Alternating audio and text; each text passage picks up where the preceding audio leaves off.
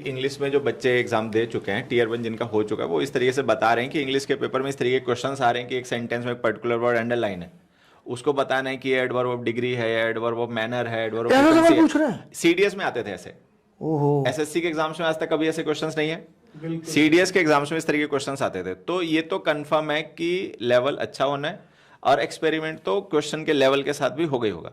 Pattern change हुआ तो वो भी चेंज होगा। मैं तो चाहूंगा सर आप एक ऐसे क्वेश्चंस का सीडीएस से उठा के कुछ एक कलेक्शन बना के, या जब अभी की आ जाएगी, की मुझे लगता है 2-4-10 दिन में आ जाएगी एग्जाम के बाद, तो आप एक क्वेश्चन का वीडियो बना के बताएं भी बच्चों को कि अगर आपकी इस लेवल की तैयारी है तभी आप क्वालिफाई कर पाएंगे। फुल स्टेट की वीडियो में मैंने इस बात को स्ट्रेस किया है कि आपको प्रीवियस ईयर के क्वेश्चंस प्रैक्टिस करने, ठीक है, आपने पढ़ लिया, सीख लिया, रिवीजन कर लिया, डाउट्स कंफ्यूजन क्लियर कर लिया, अब आपको क्या करना है, प्रैक्टिस करते रहना है।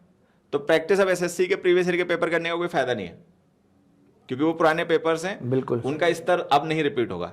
तो सीडीएस के और previous इंग्लिश year में के सर क्वेश्चन papers भी को ज्यादा practice है, एक्सपेरिमेंट सबसे ज्यादा इंग्लिश में ही होने के चांसेस हैं, क्योंकि वहां बच्चा गलती भी करेगा। मैथ्स में आप कितना एक्सपेरिमेंट कर लो, कितना ही मुश्किल पढ़ा लोगे, फिर भी हमने इतना पढ़ा रखा है, वो बच्चा कर देगा मैथ्स में। जो ऑन ड्यूटी ऑफिसर है उससे लैंग्वेज एक्सपेक्टेड है, हाँ, रिटन स्पोकन में उससे एक्सपेक्टेड है। इसी वजह से मुझे लगता है इंग्लिश को ज्यादा मार्क्स रखे गए, क्योंकि इंग्लिश की नॉलेज जो है ना, वो उसको ड्यूटी या उसकी जॉब में उसको सबसे ज्यादा फायदा जरूरत करेगी। पड़ेगी। तो सर 3 और जो महीने में हो pattern है सकती वो है इंग्लिश की पूरी तैयारी, जिस लेवल का आप पढ़ाते हो। मैंने एक वो देखा था महीने में हो आपका सकता है। कि एक दूसरे कमरे में चेयर रखी है, तो आर्टिकल कौन सा होगा, और चेयर यहीं पे रखी है। उसी तरीके से पढ़ाने से हो सकता है। अगर आप केवल क्वेश्चंस, शुक्ला सर आप इस बात से जरूर सहमत होंगे, अगर हम बच्चों को केवल क्वेश्चन और आंसर बताते रहें तो आप 6 महीने भी पढ़ा लो, तैयारी नहीं होगी। आप बच्चे को मेंटली प्रिपेयर करो कि अगर इनकेस नया क्वेश्चन मिलता है, ठीक है, आपने नहीं पढ़ाया वो क्वेश्चन, नया क्वेश्चन मिलता है, लेकिन बच्चों को अगर आपने समझाया है तो वो अपने आप समझ के कर लेगा आंसर।